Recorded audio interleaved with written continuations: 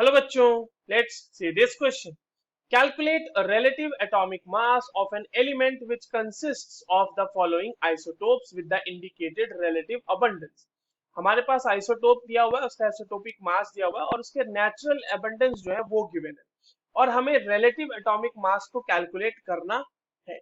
चलिए इस क्वेश्चन को सॉल्व करते हैं बच्चों. और सबसे पहले तो ये देखते हैं कि इस क्वेश्चन को सॉल्व करने के लिए हमारे पास कौन से की कॉन्सेप्ट की जानकारी होनी चाहिए.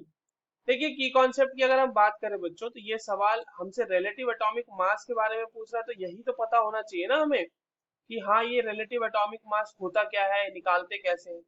देखिए, इसे आप रिलेटिव एटॉमिक मास बोल लो या फिर आप इसे एवरेज एटॉमिक मास बोल लो, बात बराबर है. और इसको निकालने का क्या तरीका होता है ये समझ लेते हैं.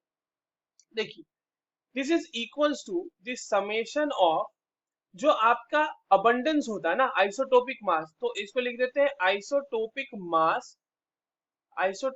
Mass into abundance. जो परसेंटेज अबंडेंस होता है वो हम लोग इसमें मल्टीप्लाई करते जाएंगे.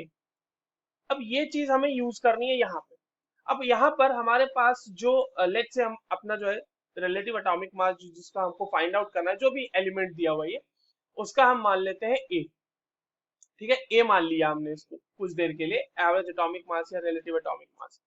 अब इसका देखो नेचुरल अबंडेंस सबका दिया हुआ, आइसोटोपिक मास भी दिया हुआ, सबको हम लोग करके निकालते हैं. तो ये हो जाएगा पहले 28 into 92% plus 29 into 5% plus 30 into 3%. अब थोड़ा परसेंटेज को जब हम चेंज करेंगे बच्चों, तो ये कितना हो जाएगा 28 into 92/100, right, plus 29 into 5/100 plus 30 into 3/100. अब ये देखो बहुत ही आसान हो गया. ये हो जाएगा 28 up into 92 plus 29 into 5 plus 30 into 3 divided by 100. Multiply कर लेते हैं इसको फटाफट. तो ये आ जाएगा 2576 प्लस 145 प्लस 90 डिवाइडेड बाय 100.